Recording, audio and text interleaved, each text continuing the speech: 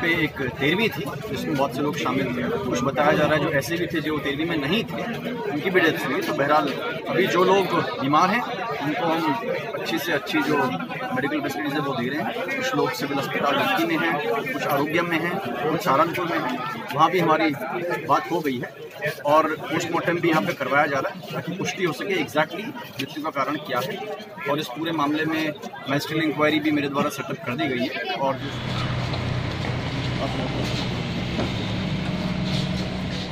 ये जहरीली शराब से इनकी डेथ हुई है और उसमें मिथाइल अल्कोहल की जब मात्रा ज़्यादा हो जाती है तो वो पॉइजनस होती है बॉडी को। बताया कि इसमें से 3 तो बिल्कुल आउट ऑफ डेंजर है और 2 की हालत गंभीर है और 6 अभी अंडर ऑब्जर्वेशन है।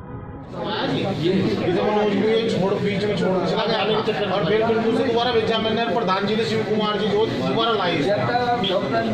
बेसिकली क्योंकि अभी इसमें बहुत कह पाना संभव है नहीं, क्योंकि एक बार इसमें पोस्टमार्टम के बाद उसका विसरा की रिपोर्ट आनी बहुत ज़रूरी है। तो उसी से पता पड़ पाएगा कि क्या चीज़ थी उसमें और जो दारू पी है उसमें क्या चीज़ निकली थी कि जिसके कारण ये डेथ हुई है। देखिए इसमें कुछ लोगों को जिनका के नाम आ रहे हैं, कुछ लोगों के नाम प्रकाश में आए हैं तो उनको यहाँ पर लगातार दबिशें दी जा रही हैं और कुछ लोगों को जो संदिग्ध हैं जिनका कि इन्वॉल्वमेंट हो सकता है उनको हिरासत में लिया है, उनसे पूछताछ की जा रही है। सर इसमें जो एसओ है छबरेड़ा और जो चौकी इंचार्ज हैं उनको तत्काल प्रभाव से निलंबित कर दिया है।